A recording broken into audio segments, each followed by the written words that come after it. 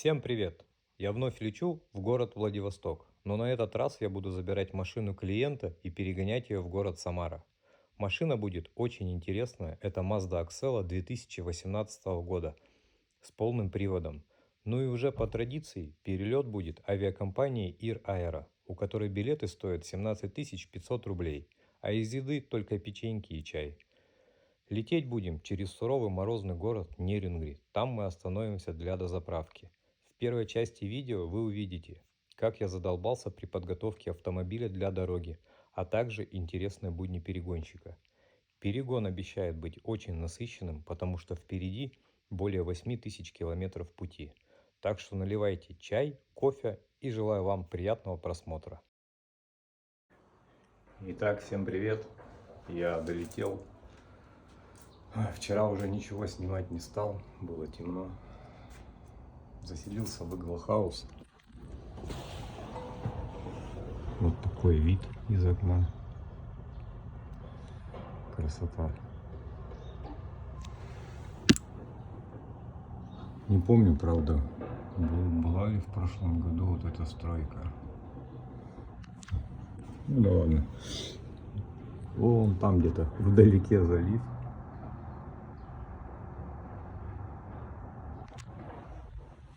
Вот такой номер. Вполне нормальные номера. Тихо, чисто, комфортно. Никакого шума. Ничего такого нет. Мне нравится. Цены адекватные. Вполне. Все есть.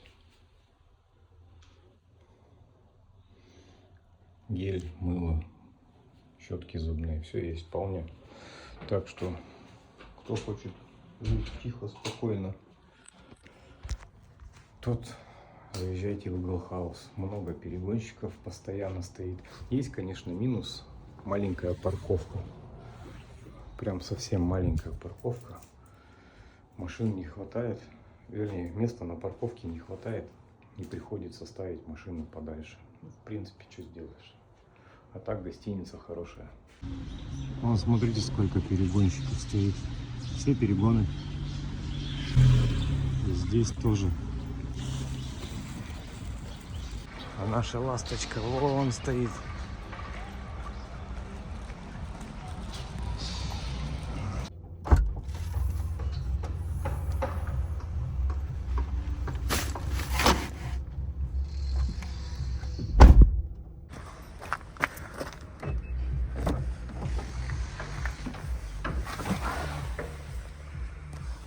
Что?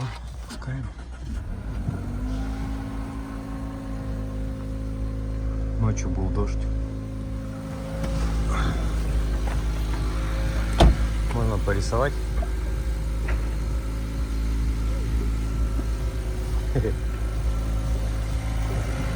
Клеил уже вчера.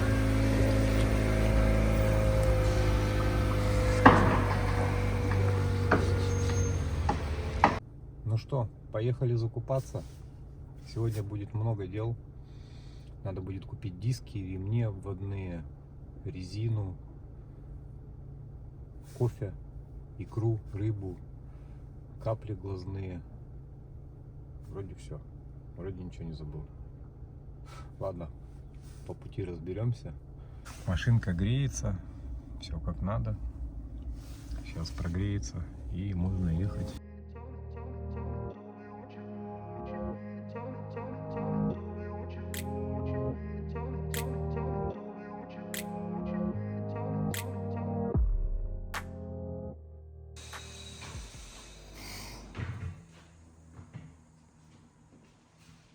Вот такая подвесочка.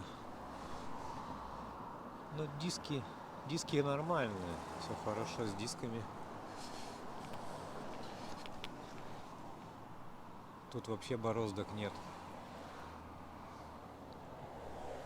Стоечки, все четко. Остаток на колодках тоже отличный. Ну, доехать хватит вполне. В этот раз поставил правильную резину Yokohama 205 на 65. У нее родная 205/60, но клиент попросил поставить резину повыше. Так что в этот раз резина будет правильная, японская, made in Japan.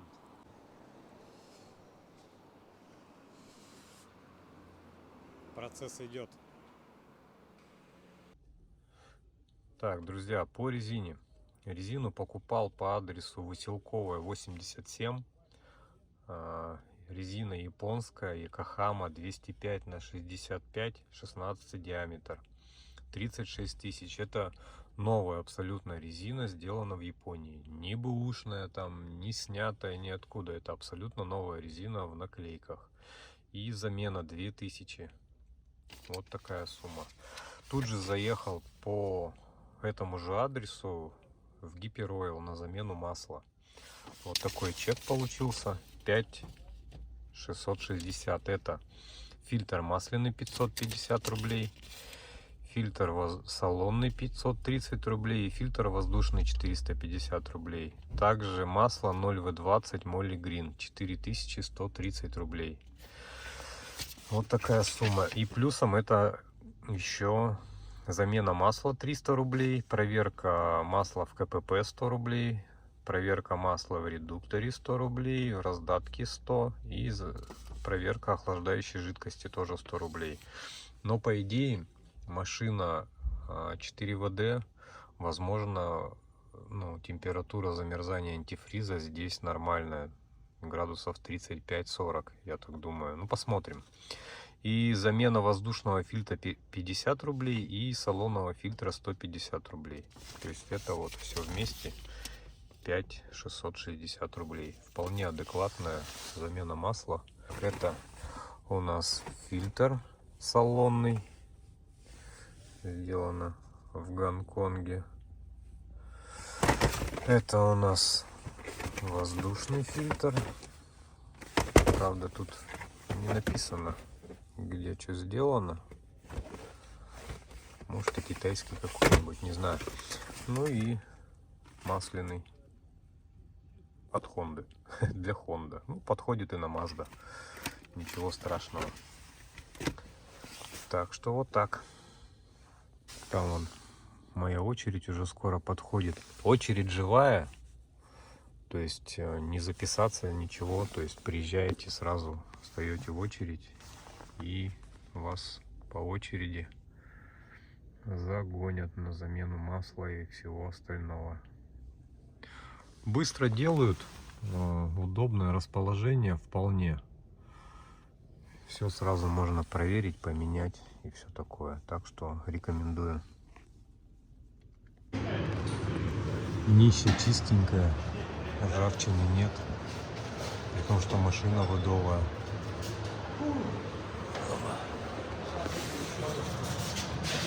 У меня тут еще. Короткий? Бак антигравием покрыт.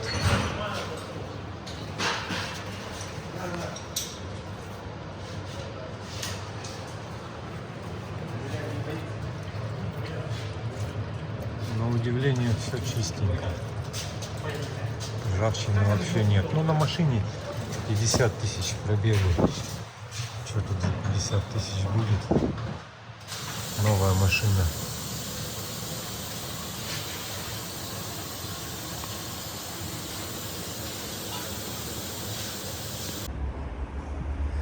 Так, ребята, за резиной, за дисками, вернее, приехал на снеговую 13, строение 3. Резины, дисков множество. Так что можете заезжать, брать. Цены адекватные. Итак, друзья, делаем русификацию в компании D Motors. Магнитола будет вся на русском. Стоимость 3000 рублей. Адрес: улица Днепровская, 29, литера 31, строение 2. Вот такой адрес. Дорога, дорога не очень к ним, конечно. Там ямы, колдобины, придется рулем покрутить.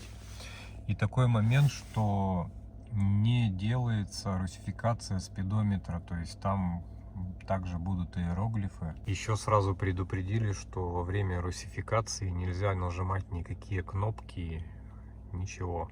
Иначе, говорит, сгорит нахрен все. Весь процессор, все сгорит, типа будет сильный геморрой. Поэтому сидим ровно в машине. Никаких кнопок не жмем, ничего не нажимаем и все такое. Ну, уже осталось немного. 86% уже сделано.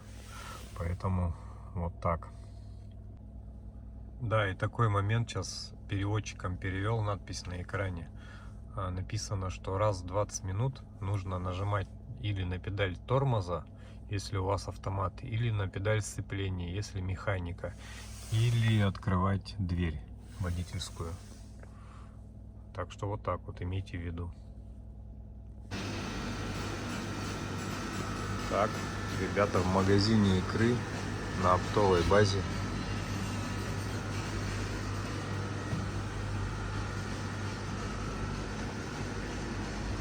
Креветки, рыба, гребешок, все что угодно. Ассортимент большой.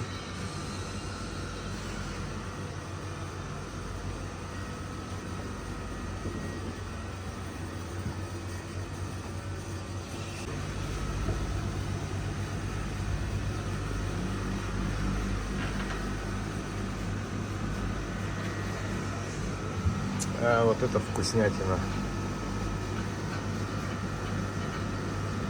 Так, ребята, набрал вкуснятины. Икра нерки, икра горбуши, всякие филешки. Короче, вкуснятина будет прям ой-ой-ой. Так, народ, вкусняшки и икру покупать вот по этому адресу. Бородинская, 26, строение 35. Там икра горбуши, нерки, киты и все что угодно. Вот такой магазин. Называется Салмоника. Так что заезжайте, покупайте. Но скидок не делают. Упрашивал на скидку, упрашивал. Но скидки они решили не делать. У нас, говорит, и так цены низкие. Ну ладно, что. Едем. Погодка отличная, настроение прекрасное. Выдвигаемся домой. Все дела закончены. Все, что хотел, сделал. Все, что хотел, купил. Так что можно с чистой совестью ехать домой.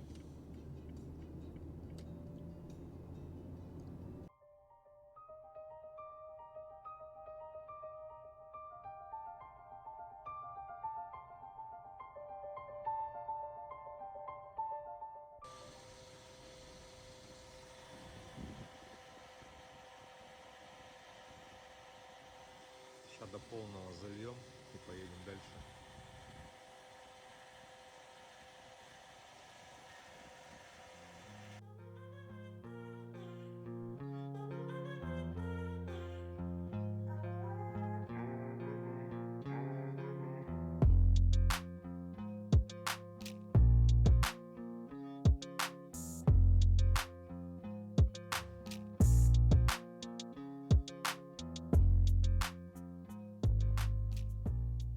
Ну что, первая остановка. 300 километров пройдено. Mazda превратилась из чистой машины в грязную за 300 километров. Просто вся. А, кстати, я же не рассказывал, да, про нее. Mazda Axela, 2018 год. 1,5-литровый мотор, бензин. 4 ВД. Вот такая машинка. Капот огромный. Замучился его обклеивать. Он парусит и парусит. Без остановки. Хотя натягивал все как надо. Бесполезно. Вот парусит и все. Вот пока вот такую решетку не сделал, парусить он не перестал. И даже не хватило на весь капот ширины. Так что вот так вот. Легендарное место с лотосами. Правда, сейчас лотосы подо льдом. Ну ничего. Хоть можно размяться, пройтись, ноги размять за 300 километров. Машина умная. 200 километров проехали, она говорит, остановись, попей кофе, расслабься.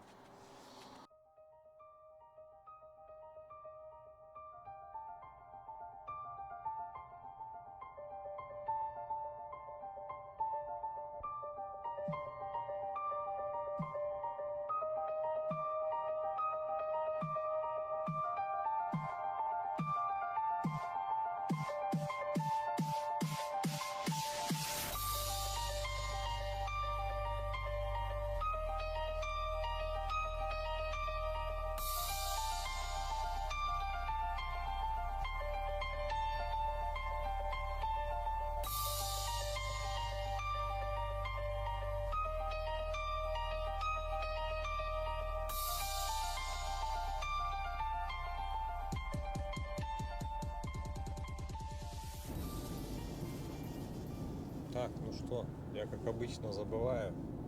21 ноября, вторник, 5 часов вечера. За бортом +4. До Хабаровска 300 километров. Первый день перегона. Хотел рассказать, как я вчера ремень искал на Мазду. Это вообще было эпично, конечно. Клиент, ну, хозяин машины, попросил купить ремень обводной на генератор, на помпу. Ну, думаю, ладно, что, проблемы-то нет, в любой магазин заехал и купил. А вот нифига подобного. Начал обзванивать магазины в поисках ремня, и на что услышал такой ответ: извините, у нас каталогов нет на вашу машину, поэтому мы вам ничем помочь не можем. И все. Обзванивал автомагазины крупные, обзванивал разборки, обзванивал автосервисы. Никто не знает, какой стоит ремень на акселе. Позвонил даже официальному дилеру Mazda. Они тоже, тот же самый ответ. Каталогов нет, машины такой в работе не было. Без понятия, какой у вас там ремень. Через 250 метров камера на 90. Ага, спасибо. И заехал в Гиперойл к механику. Начали смотреть этот ремень. Ну, пытались сначала рассмотреть так, не снимая. В итоге ремень стертый. И маркировки нет никакой. Сняли ремень. Узнали, что ремень этот под маркировкой 6ПК-952. Думаю, ну все, что, ремень же я знаю теперь, можно найти такой ремень. Да нифига. Опять обзваниваю те же самые магазины, те же самые автосервисы, ну и все, кто торгует ремнями, запчастями и всем прочим. А мне просто говорят, извините, таких ремней у нас нет в наличии. Ну, короче, это было вообще фиаско полное. Позвонил парню знакомому с Владивостока, думаю, ну, он машины возит, знает. Он говорит, да я, говорит, вообще сам, говорит, от тебя только узнал, что такая беда с этими ремнями. В итоге убил я на это все 4 часа времени и взял ремень не такой, как идет по родной, не 952 длина, а пришлось брать чуть длиннее, 955. Так что имейте в виду, ремней на Мазду Акселу во Владивостоке пока нет. Ну вот придется брать такой. То есть там можно взять или 955, или 950. Вот такие ремни есть. А вот именно 952 длина, их нет. Но еще мало того, что один ремень, так там же еще и второй ремень, который помпу крутит. У него маркировка 3ПК 790. Но вот с ним хоть повезло, они были в наличии во всех магазинах. Так что вот Такая вот фееричная история у меня вчера была. Хотел быстро с ремнем закончить, а в итоге убил на это все 4 часа времени. Ну ладно, что, зато теперь я буду знать, какой ремень на Мазде. Ну и все будут знать, кто этот ролик посмотрит. Блин, у нас тут дороги просто кошмар. Видели, какая яма? Вот это да.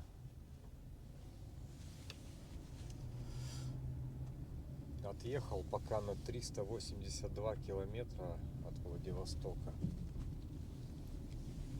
Погода плохая. Ну как плохая? Вчера, видать, ночью снег шел и все засыпало, а сегодня все это тает. Грязь, мокро все. Стекло постоянно закидывает. Ну, короче, все нормально. Погода шепчет. Настроение тоже. Так что вот так вот. Ну что, едем на Хабаровск. До Хабаровска где-то 350, может чуть меньше.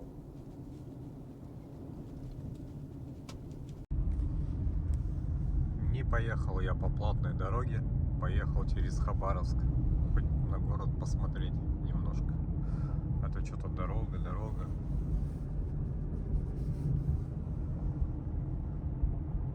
Сегодня даже народу не слишком много.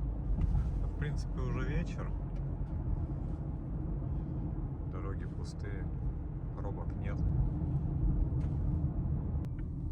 Подъезжаем к Коляну. Я надеюсь, мне место будет тут где встать. Сейчас пойдем поедим и спать.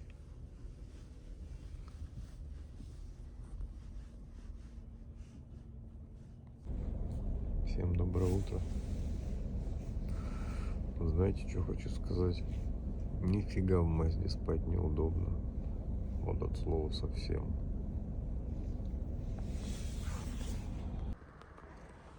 Роснефть на Двухречье. Перегоны стоят. Вон ребята на номерах машины гонят. CX-5 и RAV. Биц быстрее птиц.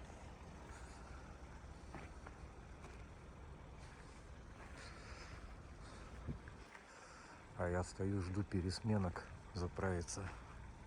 Ребят, вот такие цены на Двухречье. На 22 ноября. 100-й 66,70, 95-й 54,75, 92-й 52,60, дизель 67,35.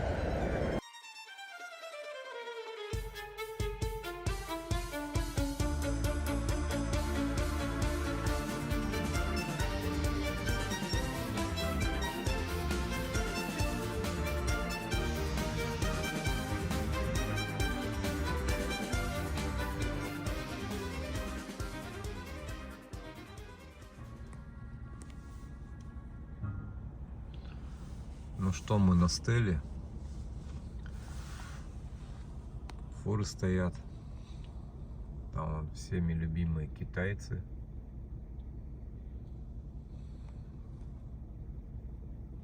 Я правда не знаю, что это за китайцы.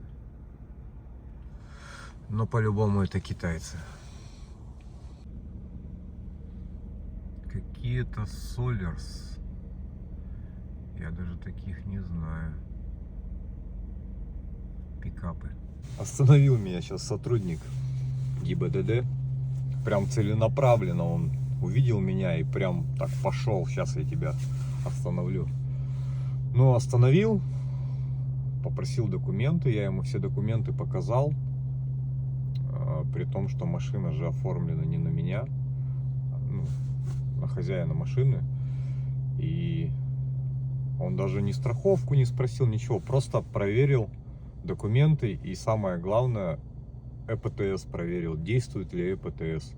То есть, если хотите ехать без действующего ПТС, то есть, если он у вас еще в статусе, там, я не помню, как он там называется, недействителен или как, ну, что-то такое, то можно прилипнуть.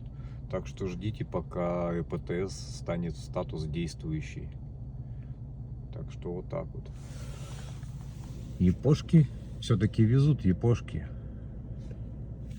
Не все еще потеряно. CRV CX-30. CX-30 интересная такая машинка. Ну а там вицы, Toyota Race. Ну и на крыше там кейкары всякие разные. Танк, еще что-то. Больше сильно не видно, машина закрытая. Так что вот так вот. Кто спрашивает, останавливают ли сотрудники, останавливают. Но вот за последние там разы меня остановили в первый раз. А бывает, что вот он прям смотрит на тебя, но палочку не поднимает. Так что, видать, как повезет. Но адекватный сотрудник, как бы вообще без проблем. Всего доброго, до свидания. Главное ПТС, что действующий, все. Больше ты ему не интересен. Так что так.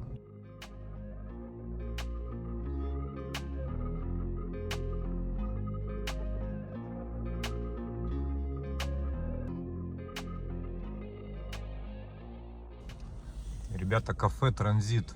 1417 километр от надводного моста. Кафе отличное. Заехал, взял лагман и прям вот удовольствие получил от еды. Прям вообще. Лагман прям бомбовый. Так что всем советую. Итак, всем привет. Второй день перегона. Сегодня 22 ноября. Второй день перегона начался. Но он как давно уже начался. В 6 утра примерно. Когда что-то заболело так больно-больно. От того, что спать неудобно, полусидя, полулежа. Сразу и день начался. Так что едем. Кстати, хотел рассказать вам историю про эту машину. Года 2 назад обратился ко мне клиент с просьбой перегнать машину, которой еще не было. То есть он хотел заказать, и чтобы я ее перегнал в Самару. Сейчас, подождите, я машину обгоню.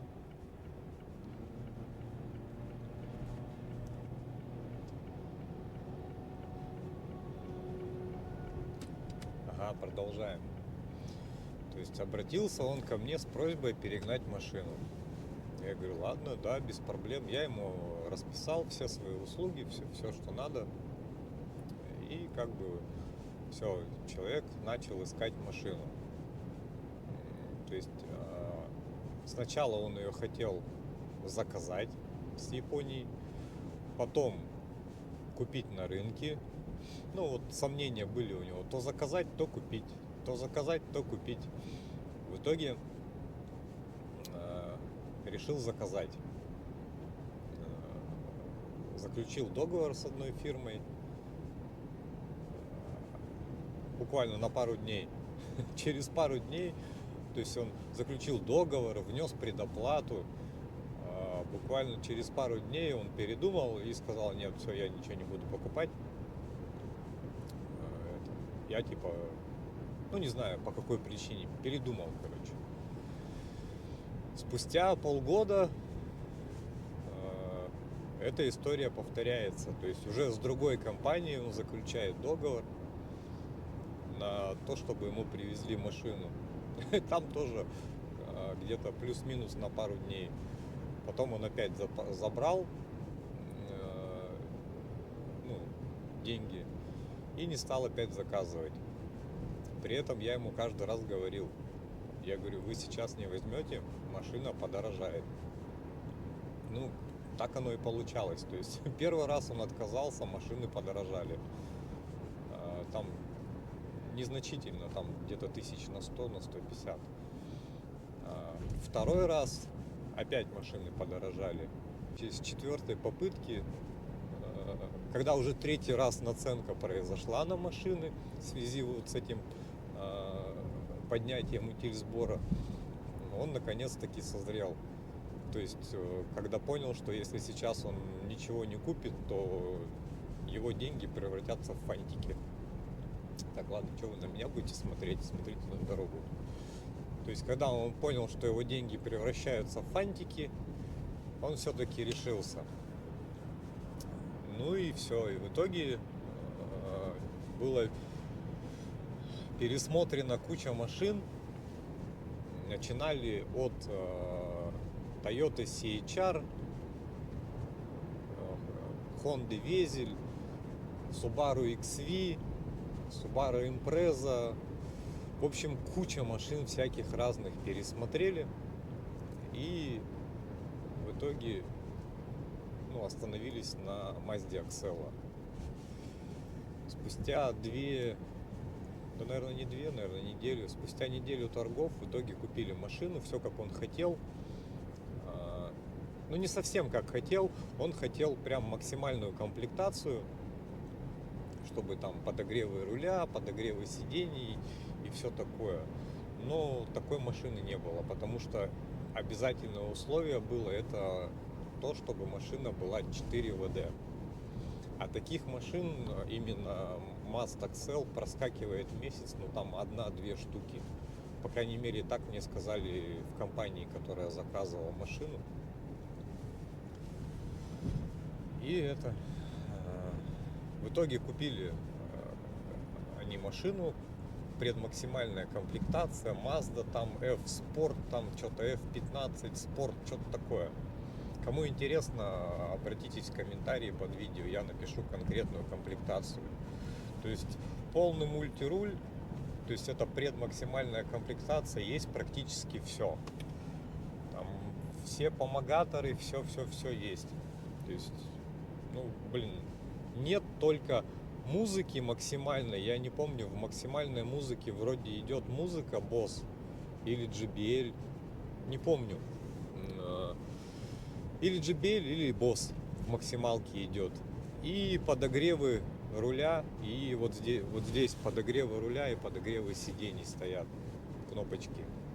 Но не срослось с максимальной комплектацией у него. Ну да ладно.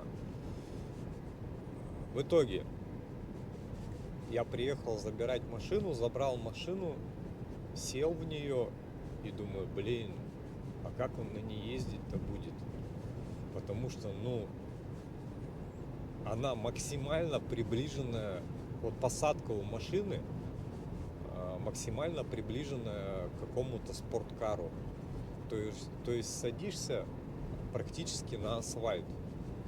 Кто не пробовал, сядьте куда-нибудь в какую-нибудь там Супру, Целику, что-нибудь вот такое низкое, и вы поймете, что это вообще неудобно. То есть я вот второй день на ней уже еду. Вчера я сидел максимально высоко, сиденье поднял, неудобно садиться. Неудобно, хоть ты тресни. Как я только это сиденье не крутил, не двигал, руль не поднимал, опускал, то есть, садиться и вылазить вообще неудобно. Сегодня я сиденье опустил максимально вниз, и та же самая песня. Вообще неудобно. Поэтому на минуточку человеку уже за 50. То есть я ему это все объяснил, он, конечно, расстроился, но потом понял, что а что делать? Надо как-то ездить. Поэтому будет человек ездить. Ну и второй момент. Человек живет в деревне, а это легковая машина.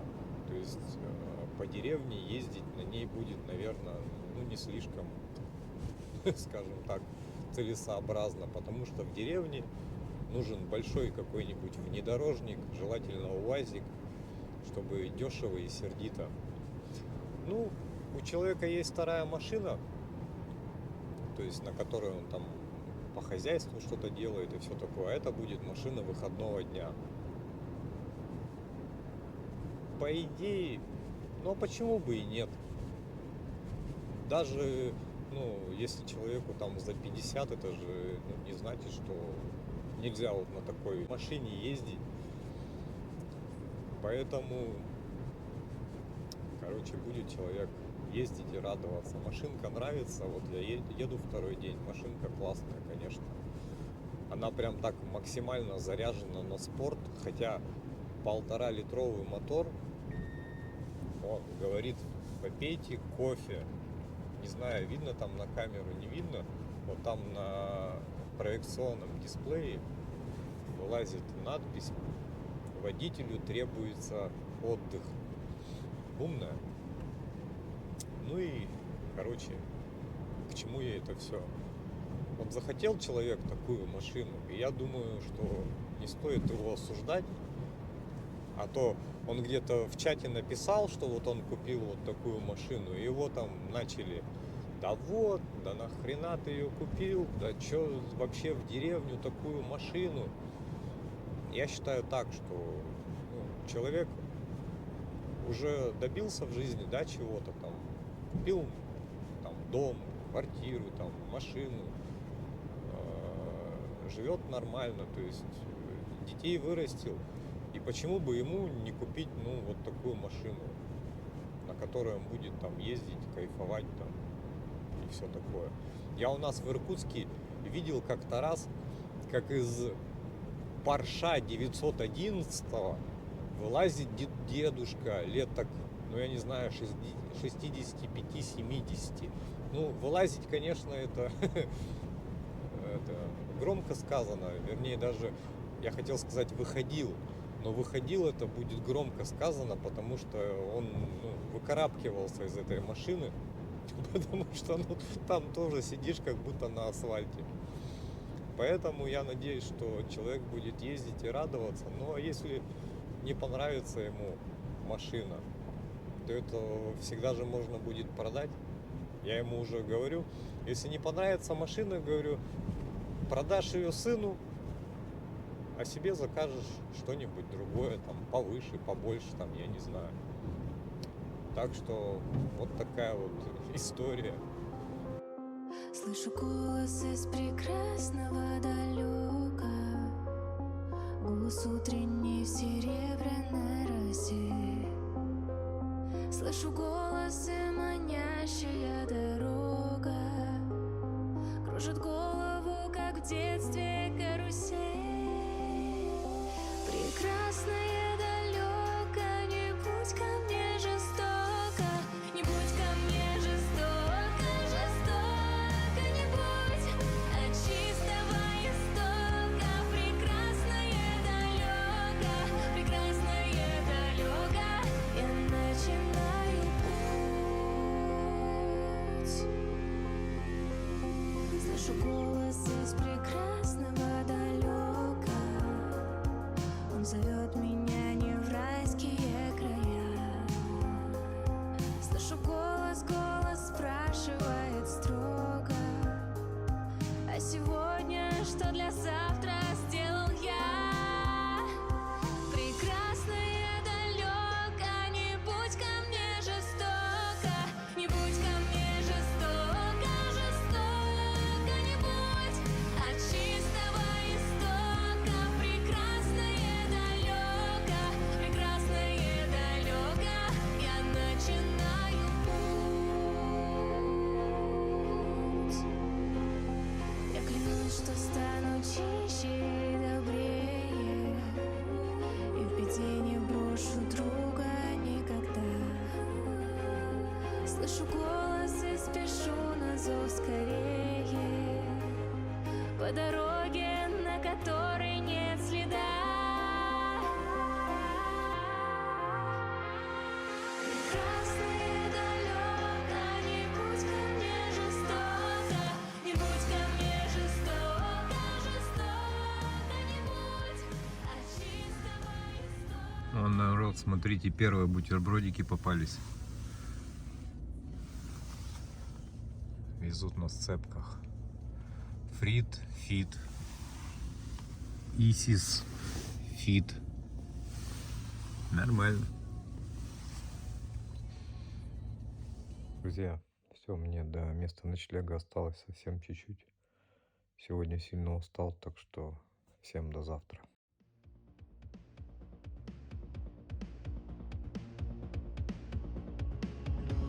Люди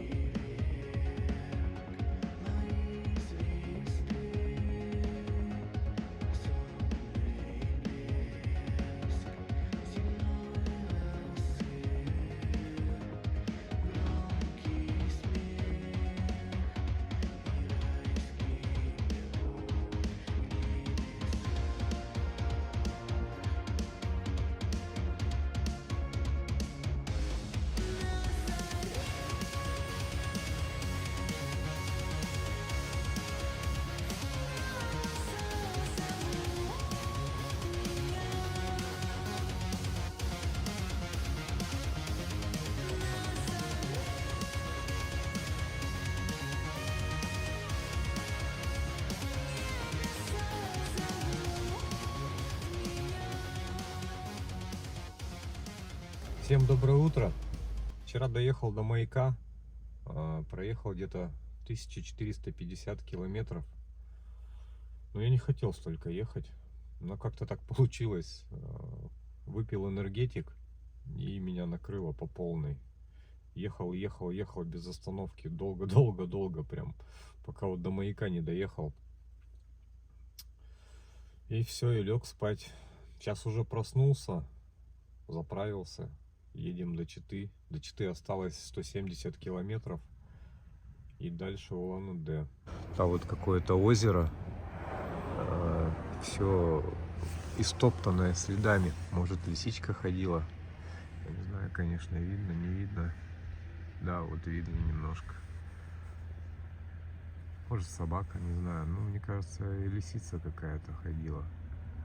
Потому что я вчера снимал. И только камеру выключил, и лисица через дорогу бежит. Блин, так обидно стало, что не успел заснять. Так что 3-й день перегона начался. Надо попытаться доехать до дома. А может, на Байкале переночевать. Ладно, будет видно. Все, едем.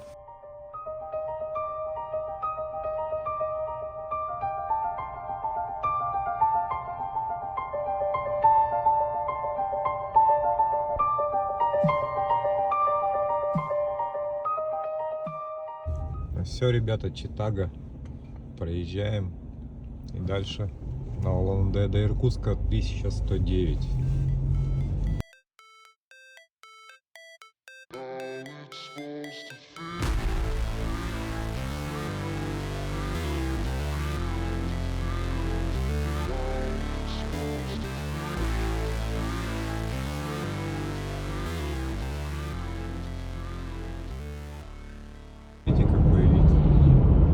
Сегодня и рассвет встретил, и закат.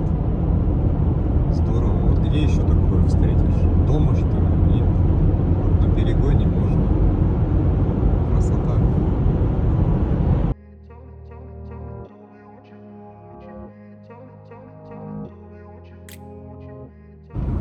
Очередной автовоз. Свежие япошки. Вот это мне фартануло, конечно, залипнуть на переезде. Вообще фартануло.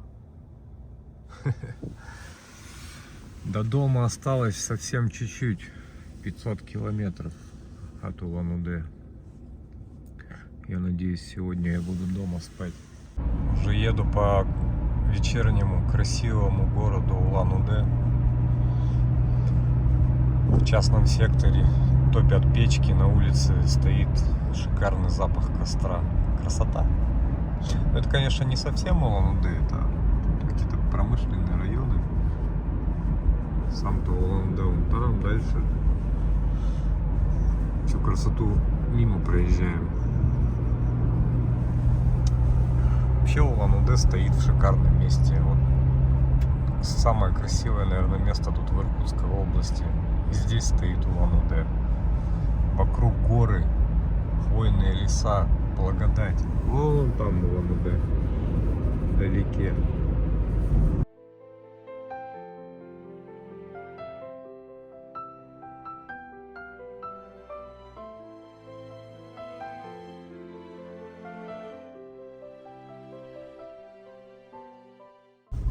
Мазда, наверное, сейчас едет и думает: господи, зачем меня в эту Россию привезли? Вот я ездила себе там по японским ровненьким дорогам. Нет же, вот надо было меня сюда заказать. А вот нефиг расслабляться, да? Это прям атас. Не, ну, слов нет вообще. 5 километров в час. В России две беды, да? На Байкале пошел снег. Движение резко ухудшилось. Гололед. Быстро не поедешь. Походу, до дома я сегодня буду ехать долго. Всем добрый вечер. В общем, не доехал я до дома. 160 километров. Глазки сказали, пора спать. Никак вообще. Ни капли не помогает, ничего. Решил остановиться и лечь спать. Шторки уже закрыл. Как дома. Можно спокойно спать ложиться. Все, всем спокойной ночи. Взял американо на БРК. Надо взбодриться с утреца. У них вот такие цены на бензин. Пятый 96,50, второй 51,18, дизель 68,80, газ 30,50. На Роснефти чуть-чуть поменьше. Ну, это про местные Роснефти говорю. Ладно, все, до дома. Едем. Байкал видно? Нет. А он есть. Вот где-то там, в темноте. Вот, ребята, стихия. Там, где Mazda чувствует себя прекрасно вообще. Горные перевалы, резкие повороты. Управляется она просто божественно. В повороты ввинчивается. 4WD не дает ей вот сорваться в пробуксовку. То есть прям вообще это вот ее стихия.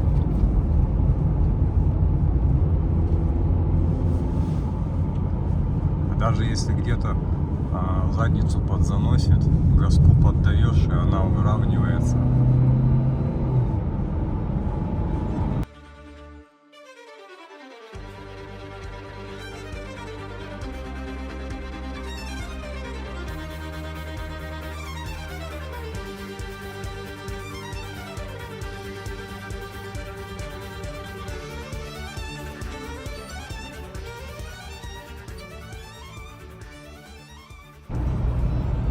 Все, ребята, я дома.